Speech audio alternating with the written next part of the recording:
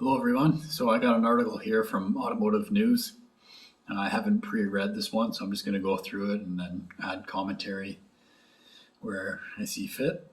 So the headline is "To tap billions in U.S. subsidies, Tesla must unlock EV chargers." Yeah, this article caught my eye, so I thought I'd go through it. The Department of Transportation next week is expected to finalize a requirement that will pressure Tesla to expand beyond its proprietary charging equipment in the US and add the charger used by its competitors, Reuters reported.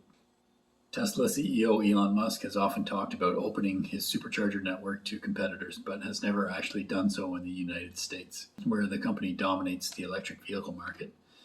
Now the brash CEO may have 7.5 billion reasons to accelerate those plans. The U.S. Department of Transportation next week is expected to finalize a requirement that will pressure Tesla to expand beyond its proprietary charging equipment in the U.S. and add the charger used by its competitors. Administration officials tells Reuters. Otherwise, the car maker will be left out of the 7.5 billion in subsidies flowing out of Washington, part of President Joe Biden's plan to blanket the nation with 500,000 EV chargers in the coming years, up from 100,000 in 2021.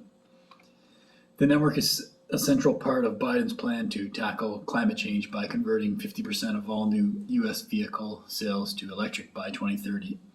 A dearth of chargers on U.S. roads has slowed the growth of EV sales and the positive environmental impact, advocates say. As the U.S. pressure builds, there are plenty of signs that Tesla is on the brink of democratizing its network, even though Musk has denounced the federal government's involvement before. In January of last year, Tesla wrote the Federal Highway Administration offering the Biden administration suggestions on how to shape the charging program. In Ohio, the company responded to a recent request that companies submit charging proposals, state officials told Reuters. In Arizona, the company told the state it was open to upgrading its chargers or building new ones to meet the federal requirements, although a final decision was not made. Musk met with White House officials last month in Washington, D.C. Among the items discussed was EV charging program.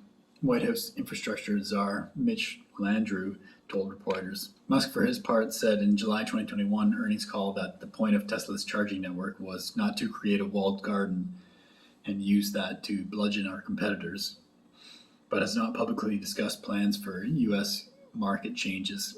The company has opened up some superchargers in Europe and Australia. An email to Tesla and Musk was not returned. State officials are optimistic. We do understand that Tesla is looking to tweak their system to be more open access. So if they do reach that point and meet those eligibility requirements, they certainly will be eligible for funding, said Stuart Anderson, the state of Iowa's Transportation Development Division Director. Tesla's U.S. supercharger network is often held up as the gold standard, fast, reliable, and plentiful, with about 40,000 chargers worldwide. But for years, the network has been exclusive to Tesla owners, thanks to a plug that connects only to Tesla cars, meaning someone driving a Volkswagen, Ford, or Chevy vehicle wouldn't be able to use it. Tesla drivers can purchase an adapter to connect with the U.S. standard combined charging system, or CCS chargers, but people who don't own a Tesla can't do the same with superchargers. Opening up its network could grow a funding and revenue stream for Tesla, but could erode the brand's exclusivity and make it challenging for the automaker to manage the network, analysts say. It's definitely a balance for them. How much potential federal subsidies for expanding their network versus maintaining that competitive advantage on charging? Chris Hardo, a senior policy analyst at Consumer Reports, said. The Department of Transportation next week will detail final requirements that all EV chargers must meet to be eligible for funding under the $7.5 billion effort to electrify highways and interstates across the nation.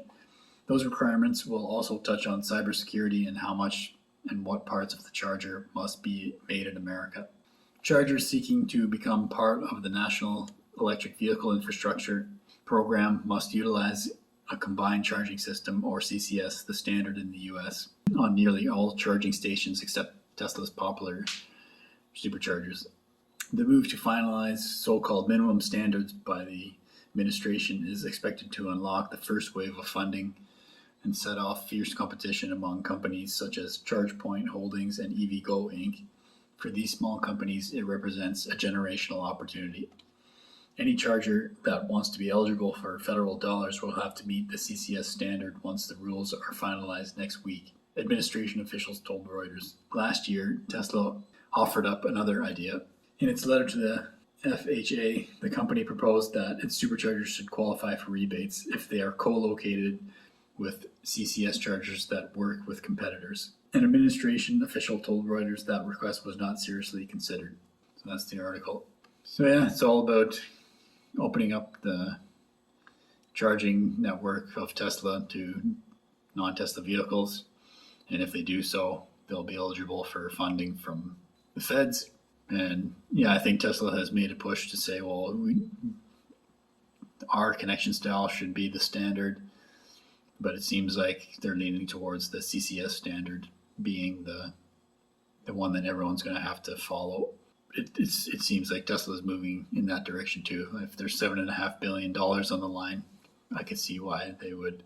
And that's already the case in Europe and Australia. For North America, Tesla has their own proprietary connection style. It has the most connections of any network available. So it will be a lot of work for Tesla to convert existing ones into CCS style adapters. So yeah, interesting article. It'll be interesting to see what does happen in this case. Seems like the CCS is going to be the standard, and Tesla might have to start installing that at their supercharger locations. So we'll have to follow that and see what happens there. I guess we'll get some answers next week. Hopefully you enjoyed. My name is Evan Bertrand. This is the Evergreen channel. Please like and subscribe. Thanks for watching.